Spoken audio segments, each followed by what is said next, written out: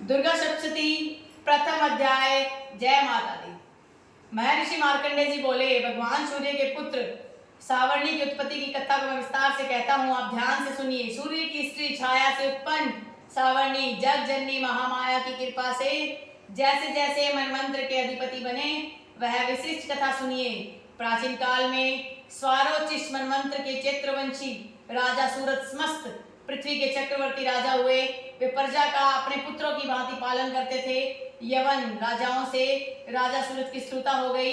दुष्ट दलन राजा सूरत ने उनका भयंकर युद्ध हुआ। थोड़ी सेना होने के कारण यवन राजाओं ने सूरत को हरा दिया। तदंतर राजा अपने नगर में आकर राज्य करने लगा, तो भी अन्य शत्रु राजाओं ने राजा सूरत पर चढ़ाई कर दी और नगर में भी दुराचारी मंत्रियों ने राजा का कोष, सैन्य और समस्त वस्तुएं छीन ली।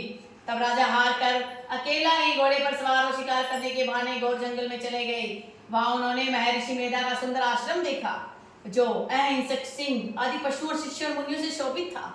वहां बैठे हुए महर्षि मेधा को राजा सूरत ने नमस्कार किया और मुनि से उचित सत्कार पाकर आश्रम में रहने लग गए। कुछ काल के बाद फिर वह अपने राज्य और प्रजा की चिंता में विचारने लगा कि जिस राज्य को मेरे पूर्वजों ने भली भांति चलाया, प्रजा का पालन किया, वह आज मुझसे दूर चला गया।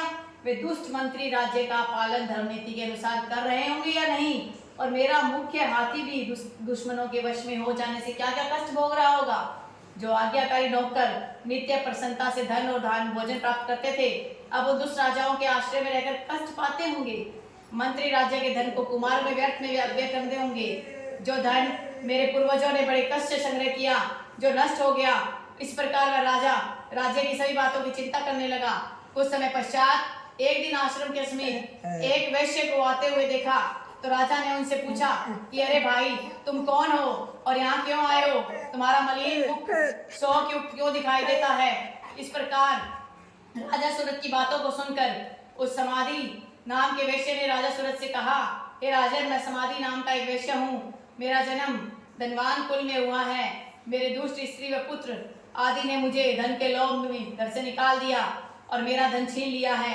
मैं धन, स्त्री, पुत्र से रहित हूँ। अब अकेला दुखी होकर इस वन में आया हूँ। मुझे अपनी स्त्री और बंधुओं का कुछ पता नहीं। मैं यहाँ रहने के कारण अपनी स्त्री, पुत्र, स्वजनों की परिस्थिति को नहीं जानता कि वे इस समय अपने स्थान पर सुखी हैं या दुखी। मैं ये भी नहीं जानता कि मेरे पुत्र सदाचारी है या व्यभिचारी। राजा बोला, जिन स्त्री पुत्र आदि ने तेरी धन संपत्ति को छीन लिया, फिर उन्हीं के स्नेह से तेरा मन क्यों जाता है? वैश्य बोला, आपने मेरे विषय में जो भी बात कही वे सही है, परंतु मैं क्या करूं? चित्त में कठोरता उत्पन्न नहीं होती। जिन पुत्रों ने धन के लाभ में आकर मुझे घर से निकाल दिया, मेरा चित्त फिर भी उसी में आ सकता है। मैं क्या करूं? इन स्वजनों के निर्मोही होने पर भी मेरे मन में उनके प्रति प्रेम है। मार्कंडेय ऋषि बोले, हे द्विजश्रेष्ठ। तत्पश्चात राजा सूरत और समाधि वैश्य दोनों मिलकर मेधा मुनि के समीप जाकर प्रणाम करके बैठ गए। मेधा ऋषि ने कथा प्रसंग करने लगे। राजा बोला, हे भगवान, मैं आपसे एक बात पूछना चाहता हूँ, आप कृपा करके बताओ। हे महाराज, मेरा मन वश में नहीं है, इससे मुझे दुख है। गए और राज्य और अन्य सभी स्त्री पुत्र बांधवों की ममता मुझे अभी तक बनी हुई है।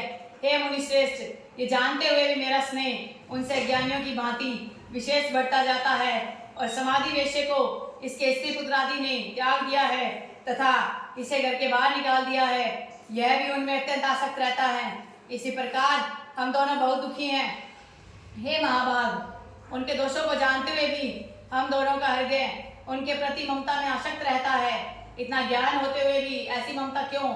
हम दोनों को अज्ञानियों की भांति मूर्खता क्यों उत्पन्न हो रही है?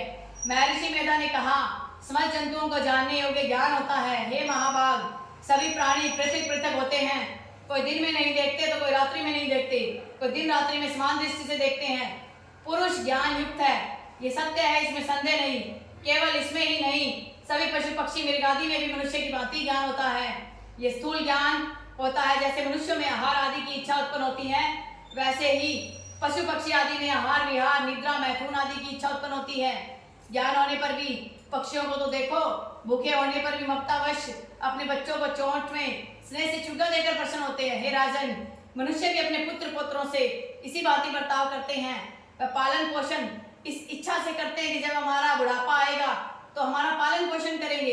क्या तुम यह नहीं देखते कि पुत्र आदि उनका भरण पोषण न भी करे तो माता पिता तो करते ही हैं, क्योंकि विश्व की स्थिति को रखने वाली महामाया के प्रभाव से वे मोह के गड्ढे में डाल दिए गए हैं। इसमें कोई आश्चर्य नहीं, क्योंकि यह भगवान विष्णु की योग निद्रा है जिससे संसार मोहित हो जाता है। यही भगवान की महामाया है।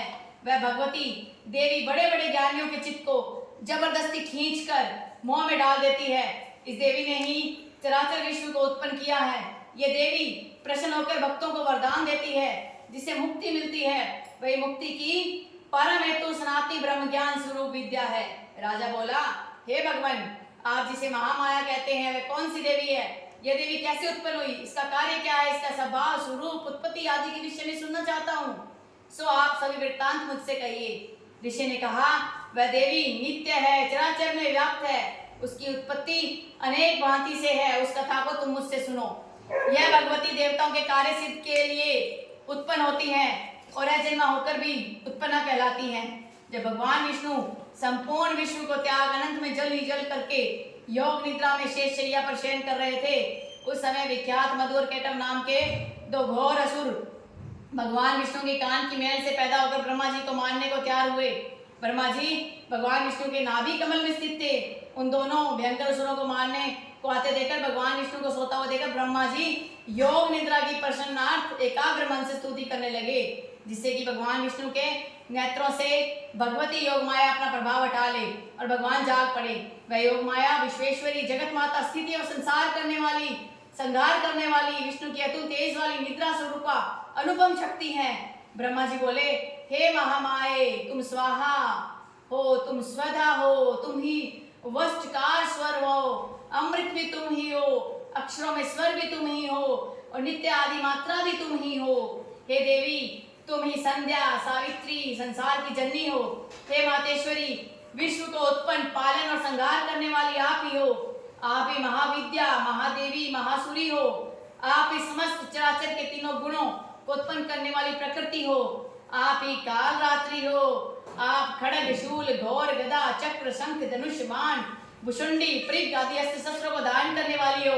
हे देवी, आप ही सौम्यता हो तथा संसार में आप ही अति सुंदर हो, पर अपरों में श्रेष्ठ आप ही परमेश्वरी हो, जो इस विश्व की रचना और पालन संहार करते हैं। और भगवान विष्णु को आपने अपनी निद्रा के वश में कर लिया है। फिर भला बताइए कि कौन आपकी प्रार्थना करने में समर्थ है, जबकि आपने भगवान विष्णु ईशान और मुझसे यह शरीर ग्रहण कर लिया। आप तो अपने प्रभाव से प्रकाशित हो। मधु और कैटव के इन महादुष्टों को आप मोह लीजिए। विश्वपति भगवान विष्णु को जगाइए। इन दोनों महासुरों का संहार करने के लिए भगवान को बुद्धि दीजिए। ऋषि बोला, इस प्रकार जब ब्रह्मा जी ने मधु और कैटव असुरों के संहार के लिए तथा भगवान विष्णु को जगाने के लिए तामसी देवी को प्रार्थना की, तो उसी समय भगवान विष्णु के नयन, मुख, नाक, भुजा, हृदय और वक्ष स्थल से निकलकर अव्यक्त योग माया उपस्थित हो गई और योग निद्रा से भगवान जाग गए।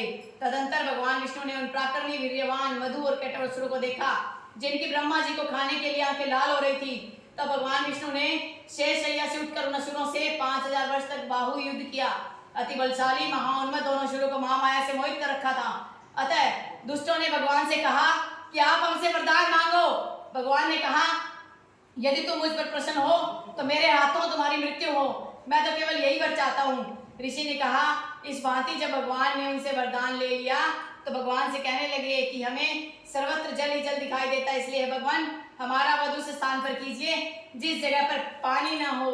ऋषि मेधा ने कहा, जब भगवान विष्णु ने शंख, चक्र और गदा धारण किए और उनसे तथास्तु कहा तो दोनों के सिर अपनी जांघों पर रखकर चक्र से काट दिए। इस प्रकार ये महामाया देवी श्री ब्रह्मा जी की प्रार्थना करने पर स्वयं उत्पन्न हुई। और हे राजन, अब मैं इसके प्रभाव को बताता हूँ, आप ध्यान से सुनियो।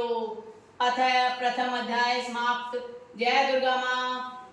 हर हर महादेव।